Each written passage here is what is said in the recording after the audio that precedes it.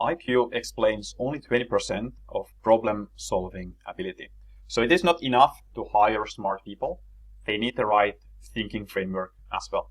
So most problems don't require that much creativity to be solved, because creativity in problem solving is rarely desired. What you need is the right thinking frameworks.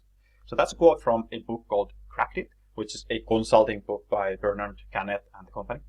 Now, I myself have been a consultant for 6 years. I have put in my 10,000 hours growing e-commerce stores, all kinds of e-commerce stores over the years. And the weird thing about being a consultant is that you are taking on a client project, which the client obviously knows a lot more about.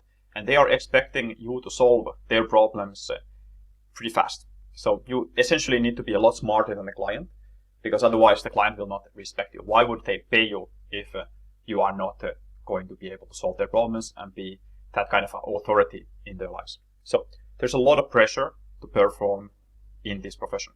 Thankfully, we at CG have been able to provide a lot of thinking frameworks, and this way we can serve our clients better when it comes to e-commerce on-site optimization efforts. So here I wanted to share a couple key things with you. If you haven't already yet subscribed to the channel, make sure to do so right now, because I put a lot of effort in these videos to make it almost like a course thing without charging you anything. If you want to watch this for free, completely go ahead. I have nothing to sell you. Just want to run my own consulting company, and this is kind of like a side hobby I do. If you do want to work with me and my team, you can go to growplus.com/apply and take a look at it there. Now, first, thinking framework. Often in consulting, you have a large whole that you are looking to analyze. And those can then be broken into its individual pieces, because it's a lot easier to make sense of a piece of a problem rather than the whole thing at once. So this is where the concept of chunking comes into play. So you are essentially breaking something larger into pieces in order to analyze it. And one consulting concept that is also very helpful with chunking is the MECE concept, or MECE concept, where we think of this as it's a mutually exclusive parts, and we want to have a piece that is collectively exhaustive. So that's the MECE principle. Mutually exclusive, collectively exhaustive. So you can kind of think of it as a pizza.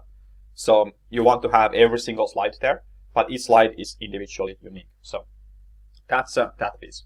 And this way you can then piece it together. So for example, in an e-commerce setting, it could be that like I'm not getting good traffic, but you can break those traffic sources into its pieces and see where the problem is. Consultants do this all the time. That's one of the hallmarks of data analysis. For example, with Google Analytics, you want to look at segments, not the entire thing. Now, with this one, this is more related to the on-page changes, but generally you have only 3 options. So as a second thinking framework, you can generally only add, change, or remove. So if you think of your site, for example, and you think of individual elements or elements that are not there, you can either add, change, or remove. You have no other options there. So you can utilize this framework to think every single piece of your store. Should I add, change, or remove something here? And oftentimes, the thing that people are not really asking themselves is the add part, because people see what's on the page, but not something that's not on the page. So the add part and being able to think outside the box is a very beneficial element in this framework, because otherwise you default to your change and remove reflexes. So those are the first 2 thinking frameworks. We have 3 more to go, so keep watching, don't go anywhere, like the video, let's continue. So first, kind of like more marketing related thinking framework is the message, coding, decoding, and the receiving framework.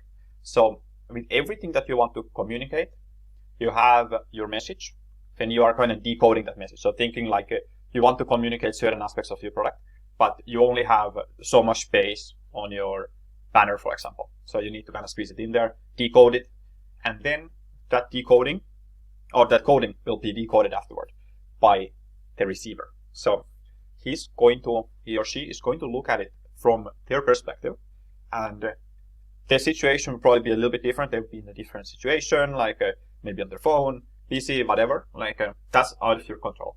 Now you're trying to have that message fit as many like potential valuable buyers as you can. And there you're also trying to match the message to the receiver. So instead of thinking it from the me perspective and thinking, okay, like what do we want to say on the site, think of like from the receiver perspective and their decoding perspective. So that's a quick thinking hack there. Always have empathy when you are doing websites and when you are optimizing e-commerce stores. Like that's the key part. You are doing it for someone else, and only by helping someone else can you help yourself to sell more. Okay, next one. This is the fourth one. This is a pretty interesting but also simple way. So there's the 4S method to problem solving. So the 4S method is state, structure, solve, sell. So what are these individual elements here? So stating means you state the problem. Now here, like a very common mistake is the narrow framing trap. So you assume the problem can be like piracy, for example, in early 2000s, like Napster, etc. So there, like if you state the problem wrong, you are probably going to state the solution wrong. Like we need to get rid of piracy altogether, which is actually an impossible problem. A better solution for that would have been to build something like Apple Music or iTunes or these kinds of streaming platforms where you provide a good alternative that is easier, not that much more expensive. Maybe I digress a little bit here. Then after that, like after you state the problem, you want to structure it. So making sure that it has the right outline there. So you have taken the time to really outline it thoroughly. So what are all the elements that are contributing to this problem? So that's like the root causes of the problem. You're trying to go there. Next up is solve thing. This is probably the most challenging one because the first two are more formulaic. But once you have taken care of these two steps, the stating and structuring, you will be a lot better of a problem solver because now you have a problem that is more solvable. It's on paper, it's clear, it's just an easier starting point in general. So that's the solve part. Now last is the sell. Okay, how do you sell? Like what do you need to sell? Why? That's a little bit confusing. But here, like having to explain it to someone will get you feedback. Having to explain it to someone will make sure that you are not just like fooling yourself in that manner. Because only by explaining to someone do you actually like sound a little funny if you are not 100% sure of this solution. Also, you will get pushback from the right person. So if that person understands this problem deeply, he might like see why your solution might not be the right solution, and then like you can gain additional insights from that. So that's the 4S method. Remember to state, structure, solve, and sell. Last one. I say one of my favorites to the last one. So this is the journalist approach of the 5 W's and an H to get the whole story. So that's quite a mouthful there. Let's unpack. So just asking these questions will get you closer to understanding it, and you will be like smarter from it. Like so, oftentimes this is related to our brain's natural way of solving problems. So our brains are very good to jumping to conclusions. So cognitive effort is sort of expensive in a way. Like we don't want to exert mental effort because that tendency is like very dangerous in the jungle. If you start thinking of things deeply and like you don't run away from the tiger, then that's going to kill you. So we evolved into saving this kind of capacity where like if we have already think that the right way is to do something, we tend to just do it automatically. So that's why we call it paying attention, because we are investing brain power into solving problems. So there's this saying that like a man prefers to think what he prefers to be true. And this is the journalist approach. That's why we are trying to uncover these layers.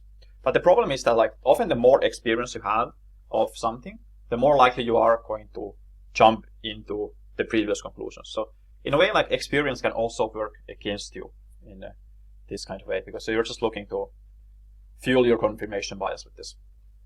But utilizing these personas with the journalist method can be useful since they help understanding from other people's perspective and then utilizing that to developing solutions. But that's a long intro to the journalist method. So what is it?